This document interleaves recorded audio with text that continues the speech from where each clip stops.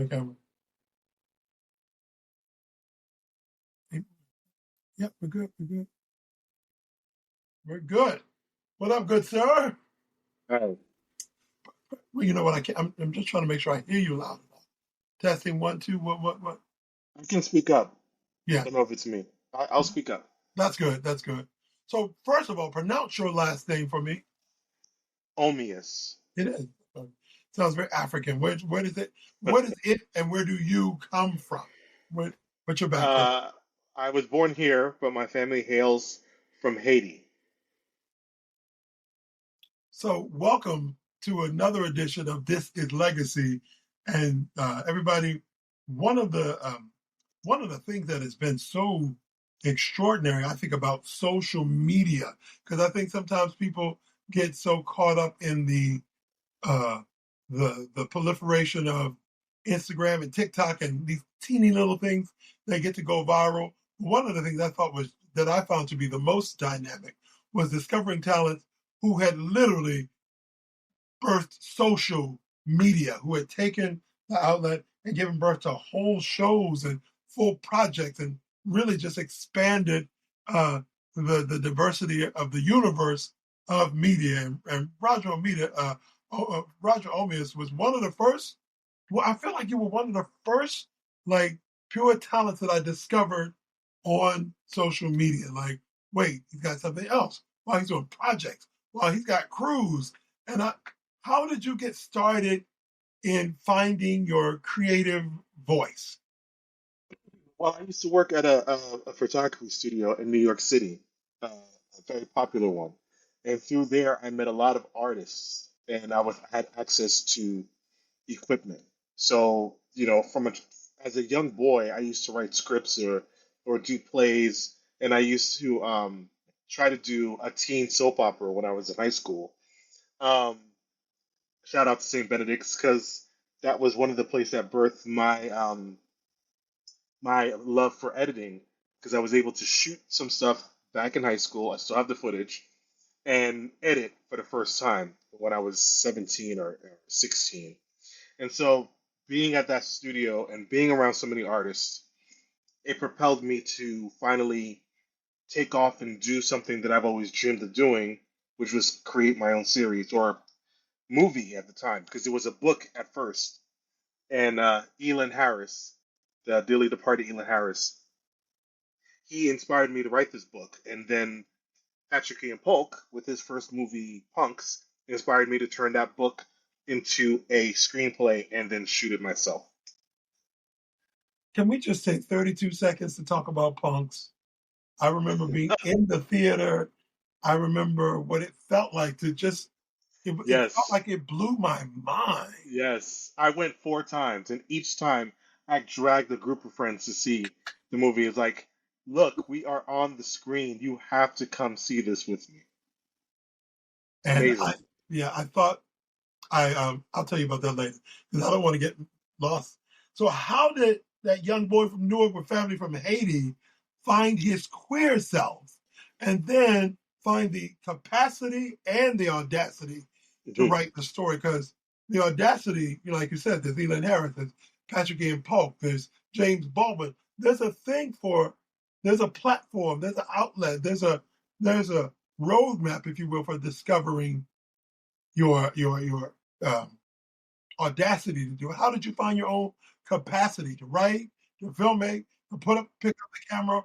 What film, what thing pierced you and made you go, "Whoa, I got to do this"? Well, imagination is the to me the most vast, unexplored area of existence because it's only in your mind. And so I've always used my imagination, even as a kid, watching Star Wars and then getting captivated by the making of Star Wars, which was on PBS. So when I used to write plays in grammar school and then high school, turn those, and I have to give shout outs to other things like Degrassi High. That was another show that inspired me. Um, I just wanted to tell a story that I could relate to, and I think other people could relate to as well. I wasn't out when I was in high school. I didn't know of my queerness in high school, but I did write this character who was gay.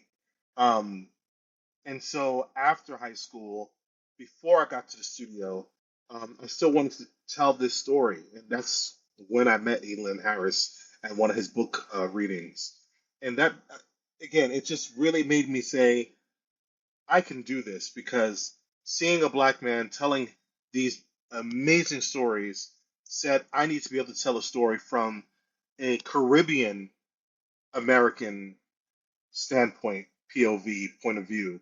Um, and because there's so many of us whose voices are not heard. And so that was my introduction to being a storyteller.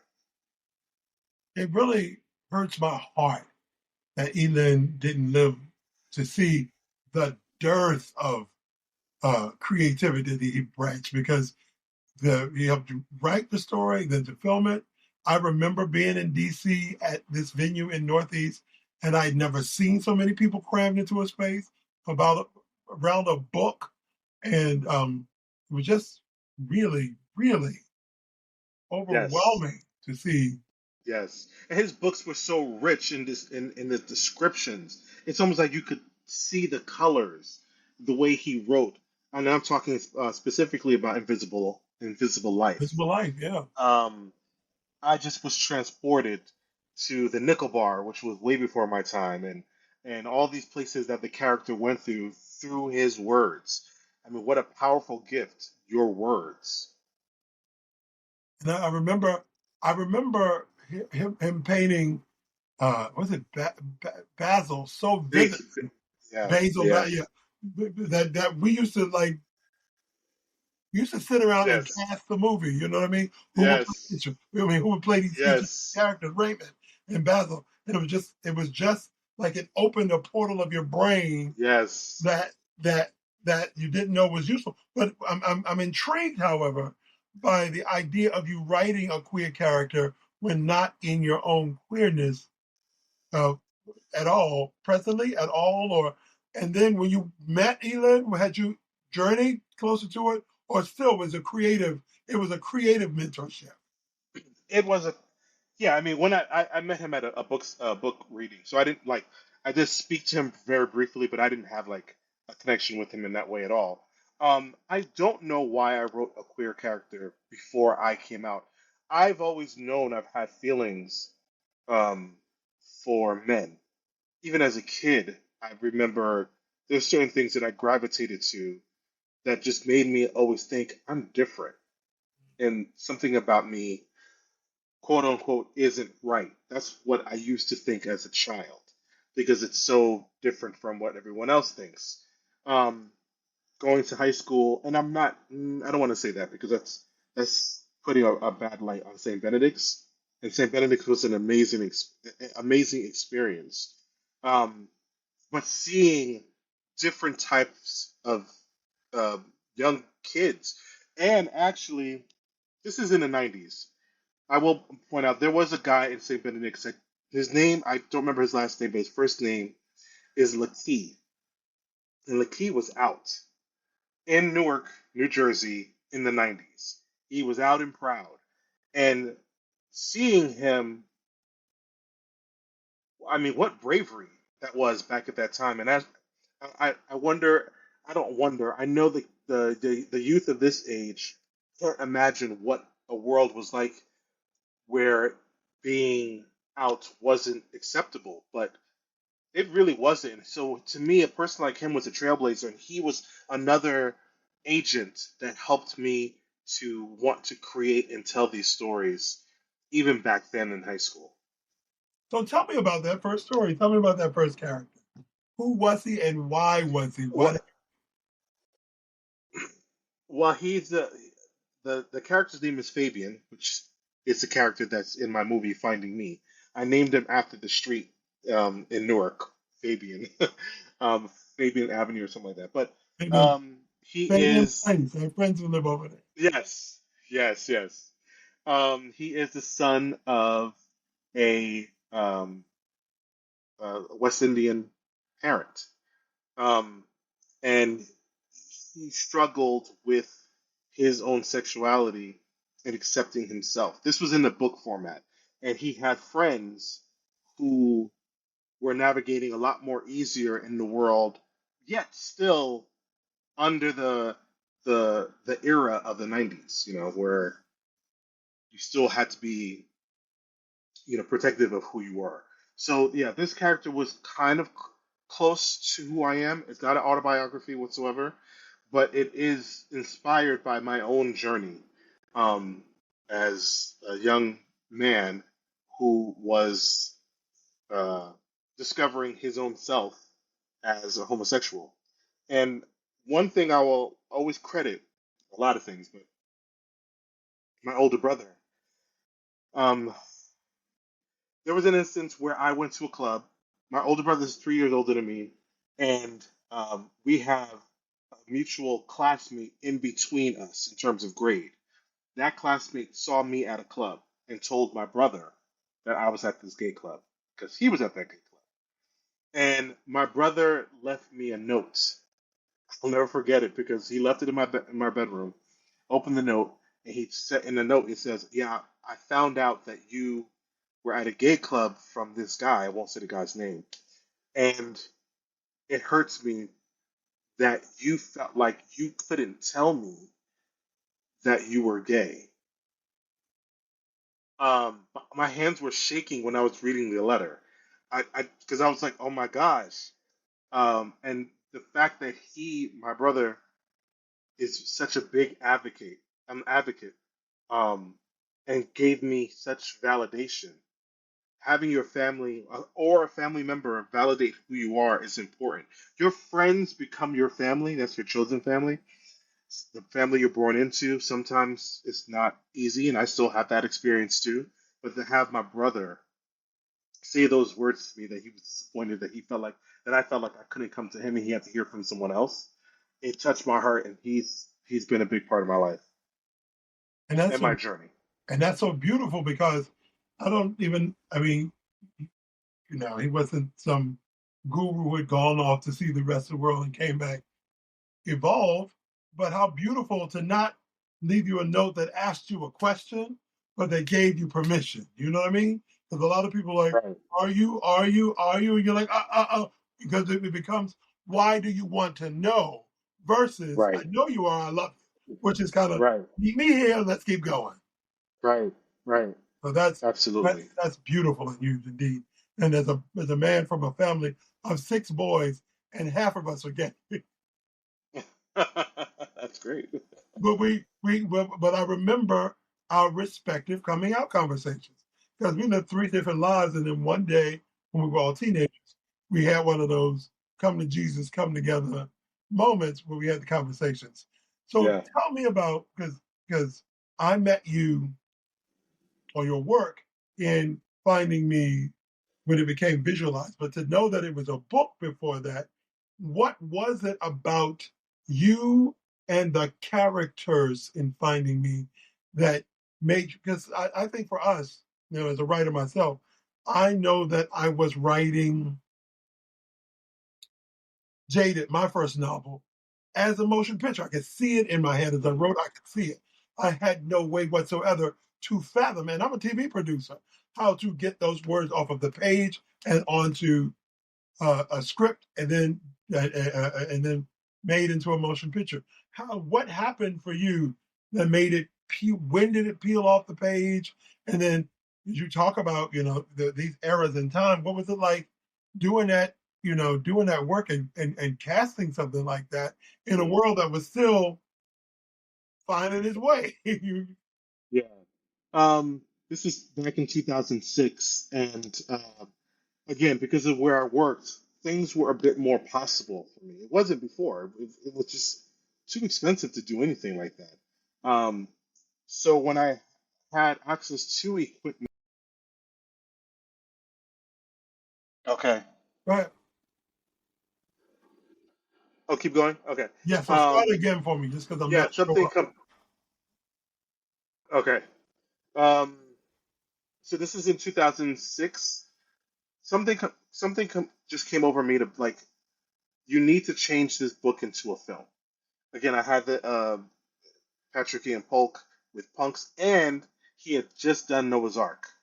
Oh, So okay. seeing that again, because Noah's Ark was around 2003, I believe it first came out, and I again running to wherever you could buy it, because at that time it wasn't widely available, so you had to find specific places in New York City to buy it because black gay anything wasn't that popular.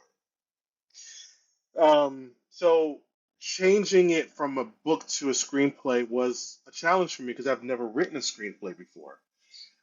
I've written plays, but the dialogue that goes along with screenplays is very different.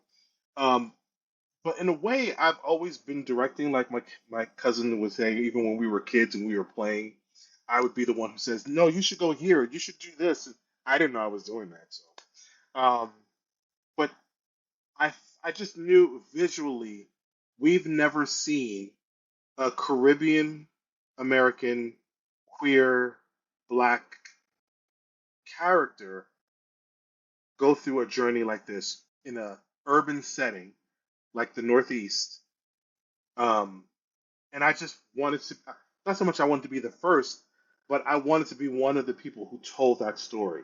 And again, in the 2000s, New York was still very vibrant with the black gay culture. You had clubs almost every night of the week you could go to. Uh, Those days are Coming up from gone, but DC, back remember then, coming up from DC to go to the Sound Factory Bar. Sound Factory, Octagon, Brooklyn Moon, all these places they were to go, and the story was not being told. We didn't see it, and that's what I wanted to capture. I wanted to capture New York Northeast essence of being black, gay in that era. In that era. And so again, so there is your, now we flip it because there's your capacity. You wanted to tell the story, you had already written it, you worked in the creative field, but as you said, I mean, that's expensive. Yeah. Assembling crew, actors, auditions. How did you do all that? Because while you saw Noah's Ark, you saw it a logo, a network, right? Yeah. So the Yeah. whole idea of a book is easy because Well, you can no, print. no. The first iteration of Noah's Ark was a web series before it went to no to logo. I don't think a lot of people know that, but I it didn't, was a web didn't know that. series, and it had its own website. I used to go to it like every day, seeing if they were going to upload new pictures, new clips, whatever, what have you. And so just that is what gave me the inkling that I could do this too, because it wasn't on a network like Logo yet. Logo didn't exist prior to Noah's Ark being on a web series. So I asked a few people that I knew that were actors, just talents. One of the first people I asked is Eugene E. Turner, because we used to know each other through a men's group that we used to go to, and Eugene is an actor. And I told Eugene, I'm making this movie, and I would love for you to be in it. And he was like, okay, sure, and didn't pay me any mind. And then one day I asked him to come and do a table read with me, with another actress friend that I used to work with. Her name is Janara Corbin, and we all went to a friend's house, and we read the script that I wrote, the rough draft of Finding Me. And we sat there and we fleshed it out. And so that's how I was able to get the actors. I didn't have a Fabian yet. I just had those two actors. And because I worked in the studio, it the studio again is I think still one of the biggest photo studios in New York. So it gave me a little bit of it legitimized what I was doing when I say I'm making a movie. If you want to come to this studio for an audition, people were like, "Oh, you get what I'm saying?" So Right. I was at the right place at the right time. So I had auditions. We put stuff on Model Mayhem. I don't know if that still exists, but that's how I was able to find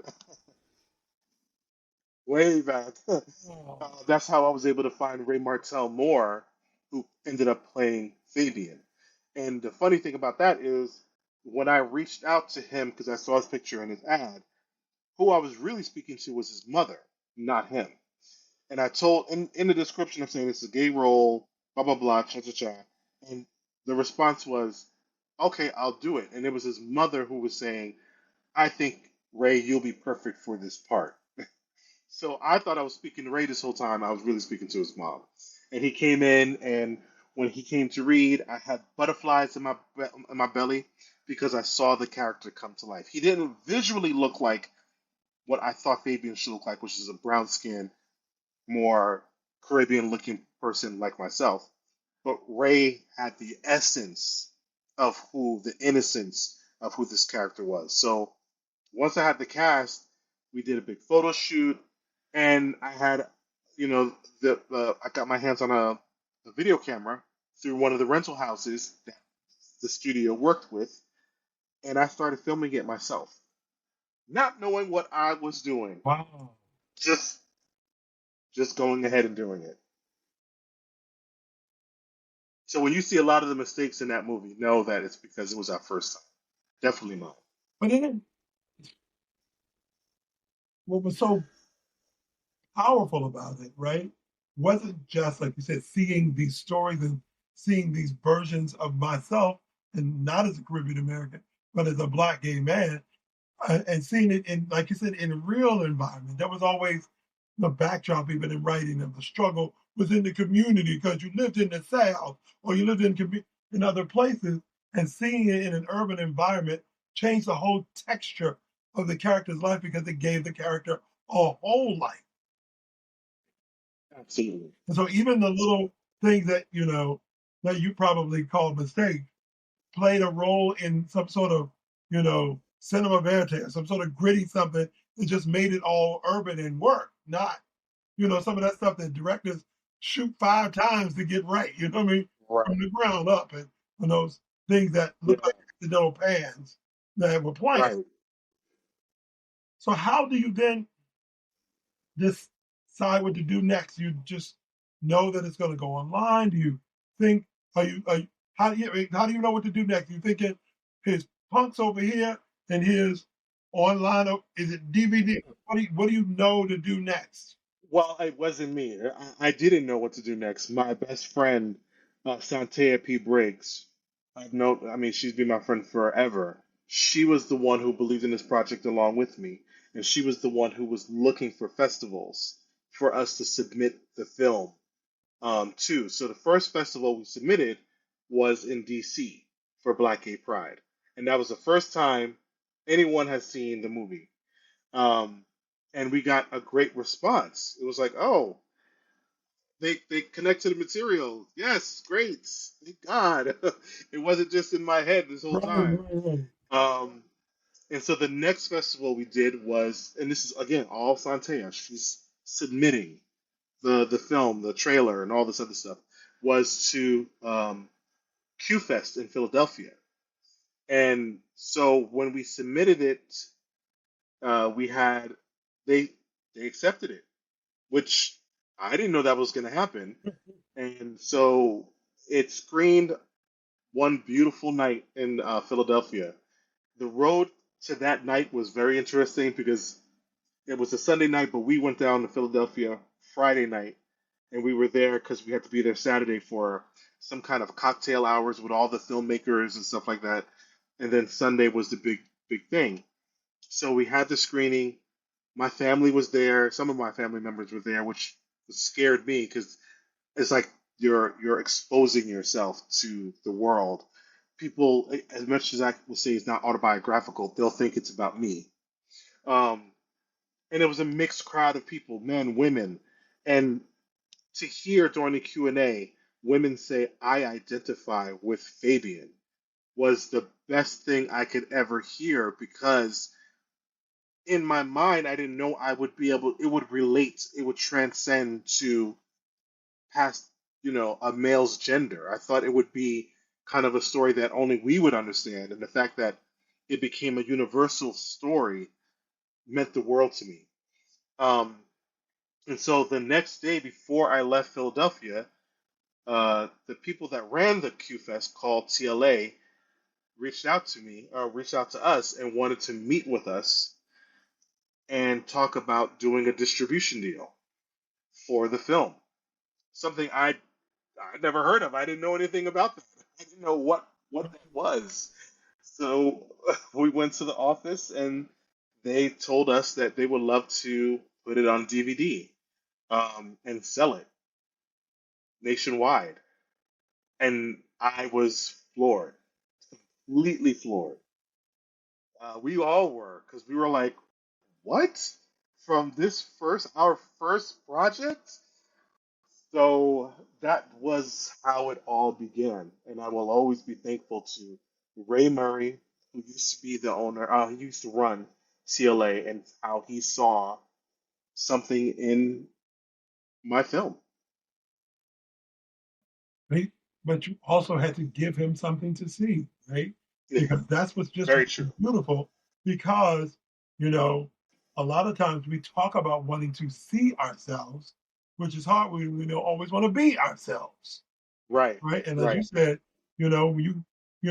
a movie screen is, you know, 300 or 400 Yeah. is what? And there's your whole life and your family's in it. And if he's Caribbean like you and queer like you and young like you, and they go, well, how much of this is you? And they insert all of it. And so Right. what did that feel like? Again, this is called This Is Legacy. And that was a huge first step in your legacy, that TLA deal, because we all know when we first started to see, you know, queer and diverse film images, that they were all on TLA. It was like, oh, good. Yeah. I would watch other stories that didn't look anything like me just because they were also Yeah. speaking to my community. Yeah. Well, this was. I have such a love for Philadelphia to this day because of that experience. It really was a transformative experience for me. I remember when I got an entertainment lawyer to review the contracts, and he was saying to me, "You understand this is almost unheard of. Your very first film, you're getting a distribution deal for. That doesn't really happen often." And I still didn't understand the magnitude of that. I'm just like, and so to this day, like even now as I'm speaking about this, I'm realizing how I was at the right place at the right time many times. Um, and that's why I call it a calling from God, this gift that He gave me. Uh, I didn't ask for it, but this is something that comes to me that I love to do. Even during the hard times when it's not glamorous at all, you're trying to get this story told. I still love doing it. So to answer your question in terms of how did it feel, it felt magical to the point that to this day, and some of my friends from Philadelphia, they're like, I don't know why you love Philly so much. I just have an infinity for Philly because it was the door opener to my career as a filmmaker. It really was. And so I love to hear you say that, right? Because never wrote a script. I hadn't cast it before. I just picked up the camera. When legacy wise, when in walking the walk and building the vision and creating and crafting the characters, do you realize you're a filmmaker? When does Mm. is there a moment it hit you and you're like, after finding me and somebody says, what's next? You gotta go, wait, next. When is the moment that you realize filmmaker went before your name and not just after it? Um, when we edited the film, and when we finished editing it, and seeing how the story I was trying to tell through the editing process, because that's where you really tell the story, was making sense. That's when I realized, oh, I am a filmmaker. I am telling a story, um, that has a beginning, middle, and an end.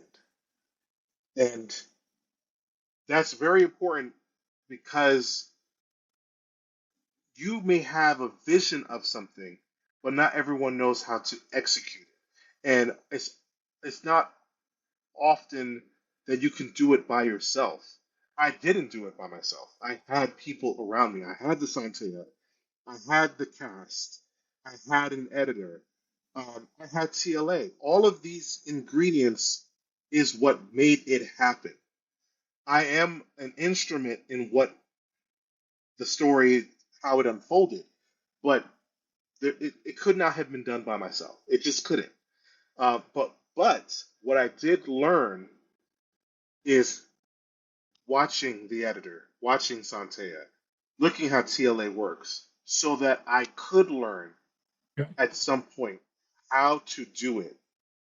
It's not something I recommend, but my journey is to learn how to do it myself, so that when there is a time when there are no one around me, I can pick up the camera, I can edit the piece, I can, add the score, I can put it online because you have to be able to tell the story so that when you do have a budget and a crew, you could tell someone, I need you to do that. No, that's not the way I want it. I want it this way. As opposed to they're having complete autonomy over something that you created. It's still yours. So I think it's important to learn from every aspect of filmmaking so that you are a full fledged filmmaker. And I consider myself a full fledged filmmaker. So I don't. We, we connected because of the current project you're working on, but I want to talk about the journey, the crescendo from Finding Me book movie to, was it characters? Was it the need to do something long form? When did you first develop a project? Was it something in Finding Me where you thought, oh, this can extrapolate to more? When did you find, you know, a series coming out of you that where the characters developed as you developed them? You know what I mean? So I grew up on soap operas. My Okay. sister, who was 11 years older than me, I'll never forget. She made me one day. I wanted to go play outside. It was raining. She said no, and sit down. And what was on was One Life to Live. And anyone who knows One Life to Live in 1987, Tina Roberts was tied to a raft and literally fell off the waterfall in Argentina. And as a preteen who loved swashbuckling, any of that kind of stuff, my eyes was just opened. And then to hear, and you have to wait until Monday to see what happens. I was like, what? And that serial format of storytelling is what captured me. So, fast forwarding to doing Finding Me and then Finding Me Truth, the sequel, for me, some films can be limiting because you only have an hour and a half or however long to tell a full story. And if you have a lot of characters, that's hard. I come from a big family, so I feel like we all have our own stories. And so I felt like I needed to go to the format of what I grew up on, which was serial Oh, format okay. storytelling, to tell the story in a series format of Finding Me. That's how that morphed because people wanted more. People wanted to see more of these characters. And so I said, well, let's do a test run. Let's do mini-sodes. Let's do 10-minute episodes of the series to see how the public will react to it. And this is when YouTube was just kind of in the sphere. And so we put out 4 episodes of each of the characters, and people were able to respond. Unlike when we were doing DVDs and only doing the film circuits, where we get the feedback from people, but now online, and people are able to write and say, "Oh, I like this or this or that or this." Then we're like, "Oh," and then what we kept getting was, "I want more." We want it to be longer, and that's how it morphed into 2 seasons, longer episodes, and me really love doing serial format uh, episodic storytelling. So what's really great about this is what it must have felt like for you. And I'm only sitting over here, imagining it as an elder, your brother. What did that feel like to develop characters, Fabian and the original characters from Finding Me, and then to live in a world, to live at a time where they got to keep developing. You know what I mean? Because Yeah. because you're right. You write a For me as a writer, I remember when questions came along about my first book, the first question I got was, "This is so great. Is there going to be a sequel?" And I'm like, if you knew how much it took to write the book, and my sequel to Jaded is set 5 years later, and I literally wrote it 5 years later. I was like, Hmm. I needed to give this some time to live. Yours were living, moving, creative characters as you were having to go. What did that look like? What did the crescendo from? Okay, that's on tape. Oh, that's finished. Now I got to get the next one ready. Did you write them in groups at a time? Did you have an arc already in mind? How much did you have to put in the can before you let the characters speak again? Yeah.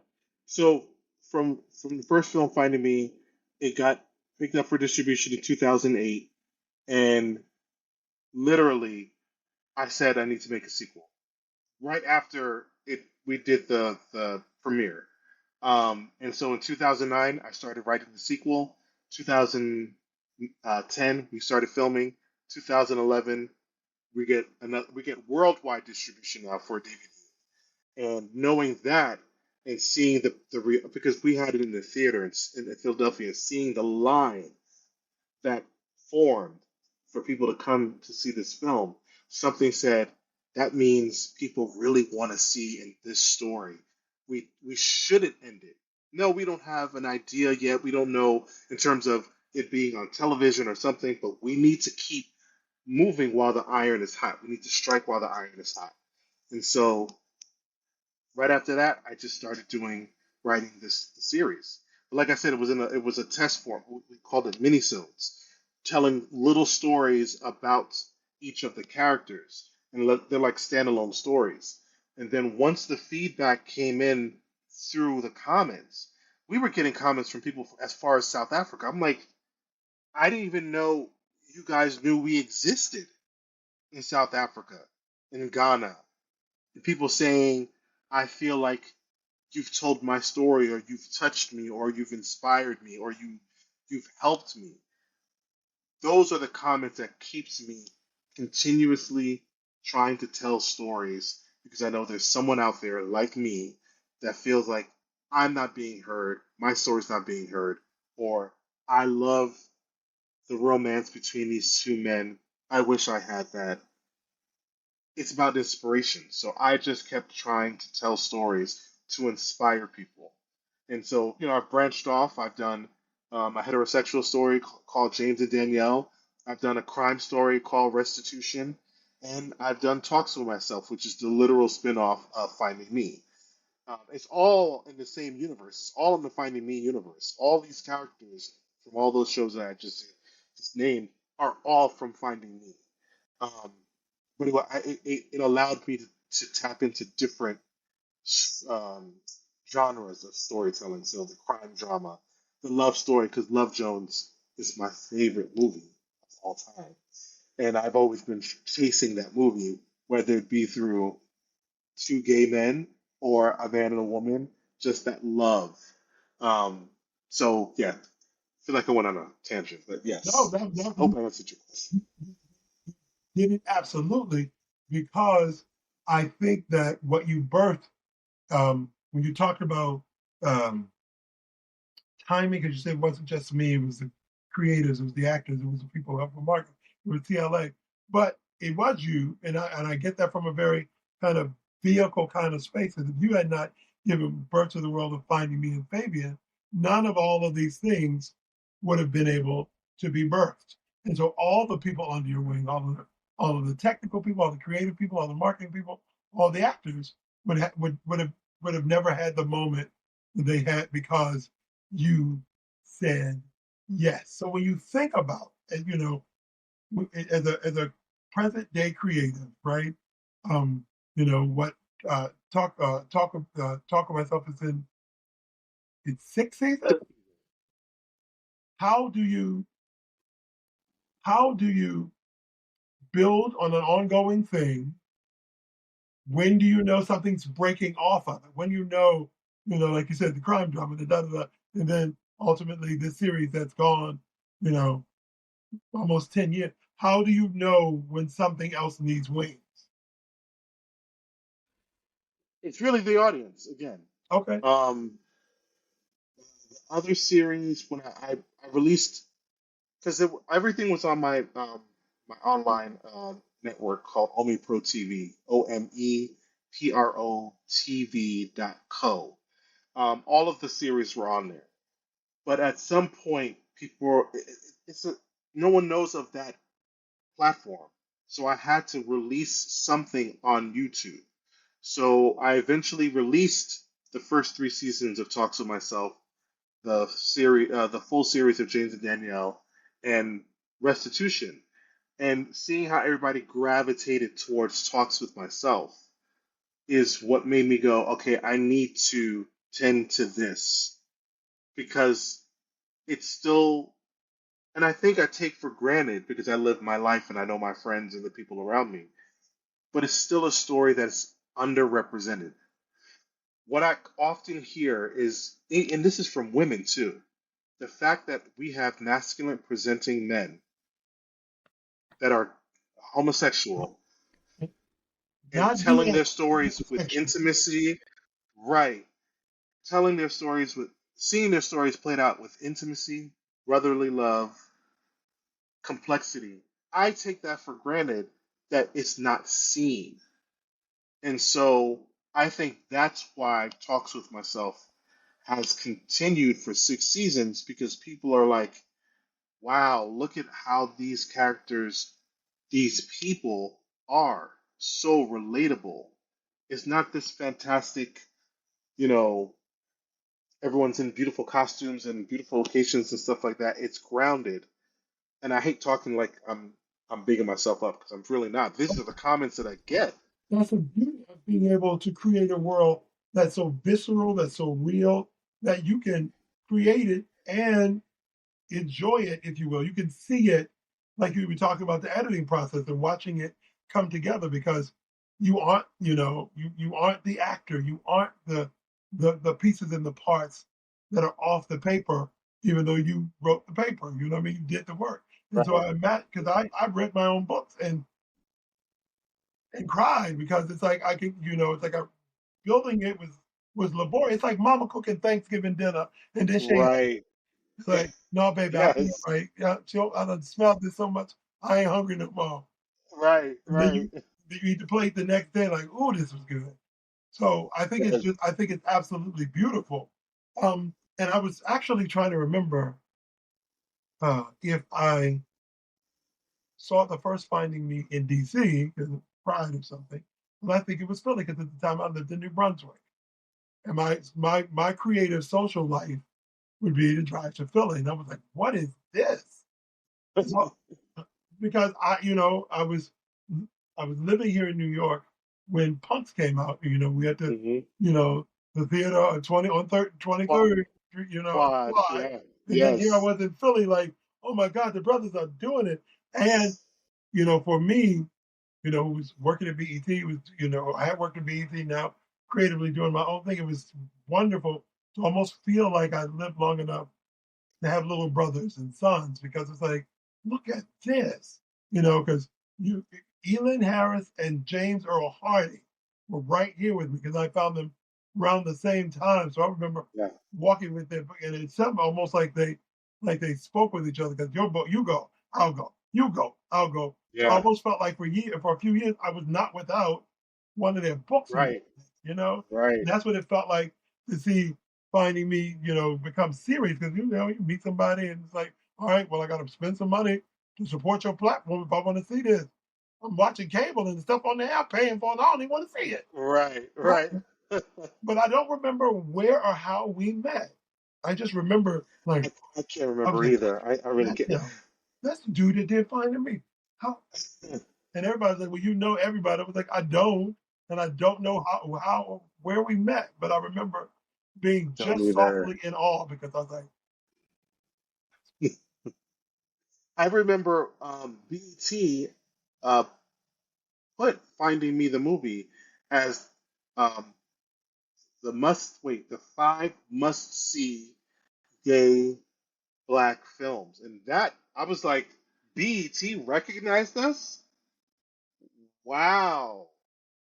I saw that because Wow. I was at BET in '92 when Vibe magazine was trying to do a piece on being out in the industry, the music and entertainment Mm, industry. And somebody had gotten into me because at the time I was like the chair of the DC Coalition of Black, Lesbians, Gay Men, uh, Bisexuals, and Transgender. It was the whole name and long. And right. working at BET. And I thought, this will be great. This will be great. And then they canceled the story because nobody else would be out in Vibe magazine. Because Vibe magazine was in the barbershop, in the hair salon. Right. And there was Right. no, and people weren't ready to be out. Well, that story and narrative still exists. It's still something that we're going through.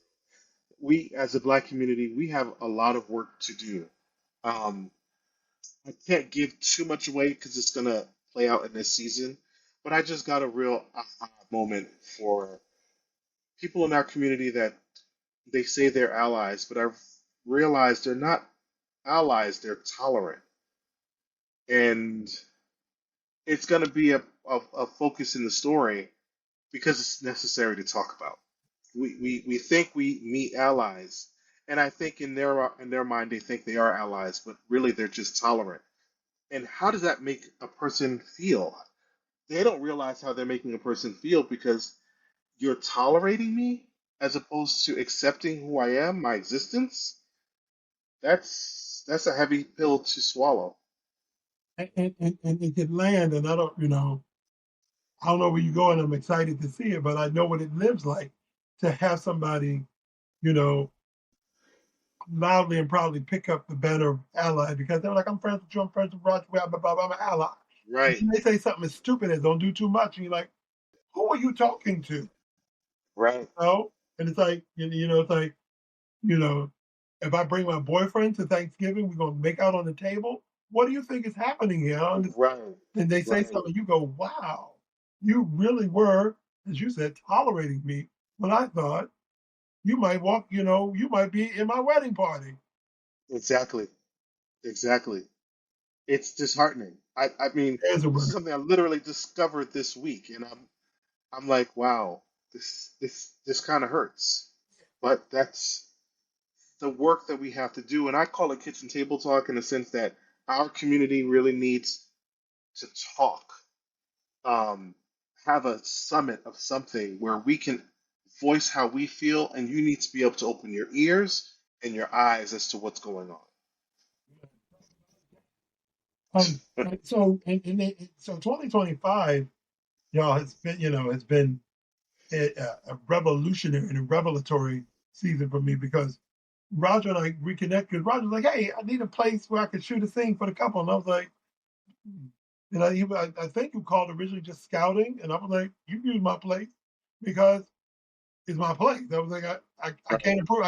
And it was probably that too. I was probably thinking I might be able to recommend somebody, but then I think honestly, I would be pissed if they thought, "Oh wait, it's too big." Oh wait, when it was like, "Wait, it's acting," and you right, could support the arts. But I thought there's one person's house I can regulate, my own.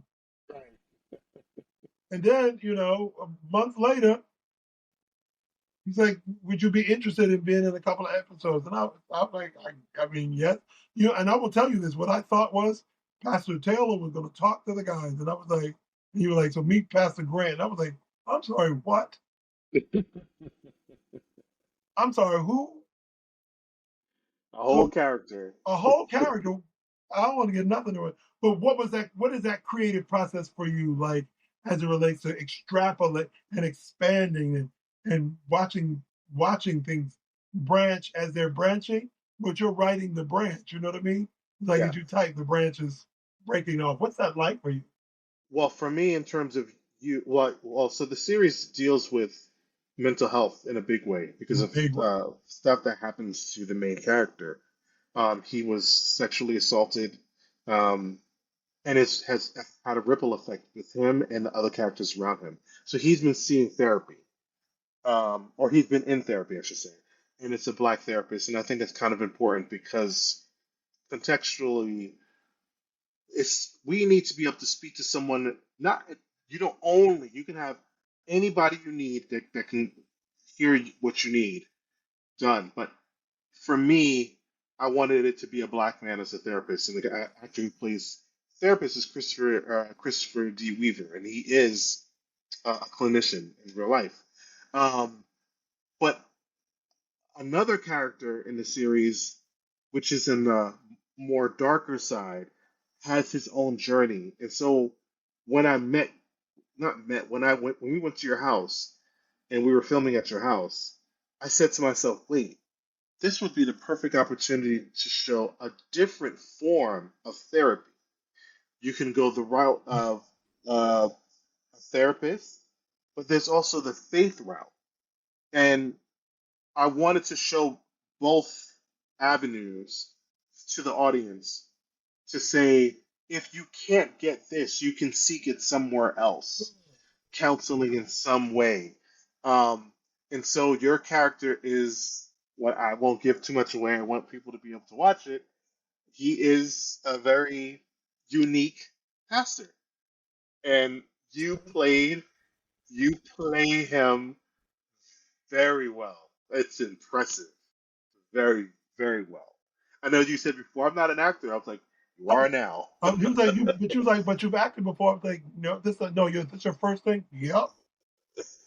And I'm You are an literally walking actor. around the house doing like this, saying each line. I was both characters because I was like, well, I need to know what's coming, so I couldn't just remember my parts. You know what I mean? But Right, right. so when you as you are growing it, building it, finding you, hello, what what do you hope? Here's a question I used to ask on Lyrically Speaking. What do you hope, but I'll ask it in your way. What do you hope people say in the room with themselves as the credits roll over one of your Army Pro projects? I hope they say, I recognize myself. I know someone like that. I've been through this. And I hope it fosters conversation within our community. Uh, because people like to think because we're homosexuals, because we're gay, all we do is sex, party, and maybe drugs. And when they walk away from the series, I want them to feel like, no, this is every day for anybody that's walking this walk. And that walk is anyone's walk. And that's what I hope they say when they see Well done, good sir. Because I will tell you when, um, it was about a year and a half ago when we reconnected somewhere. I think something at the Newark Art Museum, and I saw you. And I was like, oh, and I discovered, talked for myself, and I just started, back in that turn towards this, towards the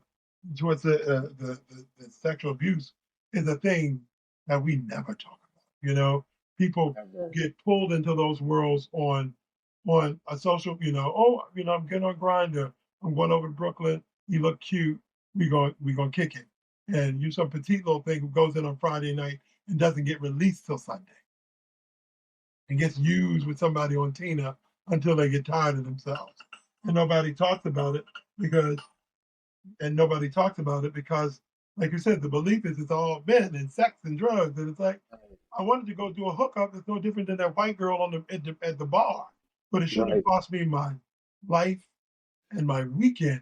And here's the thing too, I, you know, pastorally, people always think that I'm single because it's hard to date, but it's it's having done the real work of counseling, both Christian, spiritual, and talk, as psychological, and seeing how many people are holding a story in there, and they're like, "Well, I'll get with Kev because he makes me feel safe. I'll get with Roger because he makes me feel safe." Well, then when they want you to play out, it's some sort of re-traumatizing kind of thing. Right. It's like, well, we're gonna go to bed and say, we're not gonna have sex, but then in the middle of the night, and I'm like, no, we're not. No, whoa, whoa, whoa. Right. So there's Right. so many things and so many ways that you are really knocking on people's doors and telling stories that what we did with character and therapy, what you did with the main character Morrison. And just so many ways that you are unpacking these stories. I get it, and I get why it must be presented, in such a serial way for people to continue the work. And you Yes. said that not only is it speaking to the audience, it's speaking through the audience because they're almost like, Right. please talk about it. And you're Absolutely. doing such a Absolutely. masterful job. Thank you very much. So Thank you. this is legacy was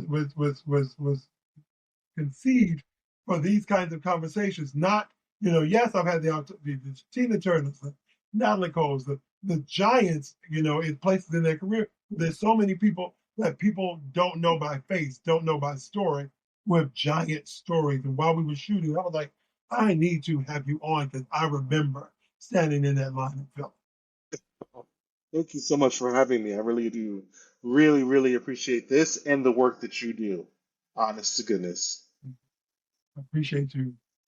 And I'm excited about so besides the series, is there anything else that you're working on? When do you, when do you, as you're building legacy, when do you and how do you make room for this other little thing that's over here going, hey, Dad, can I get some love, please? Right. The next thing I want to tackle, the next genre is comedy. And so it's still, again, it's still in the Finding Me universe, using two other characters. Um, it was something that we started and then during the pandemic, but we had to stop.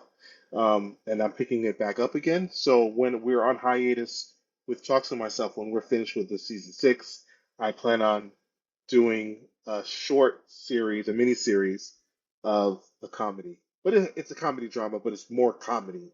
Um, just so I want to get my fingers on as much as I can genres as writer, director. This is right. This is creative thinking. This is legacy. This is how you do it.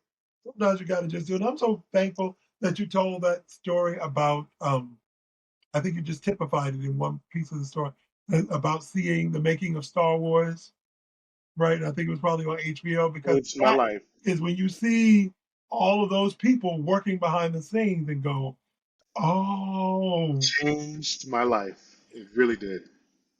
It really, really did. and your work has changed several people's lives indeed. Oh, thank you.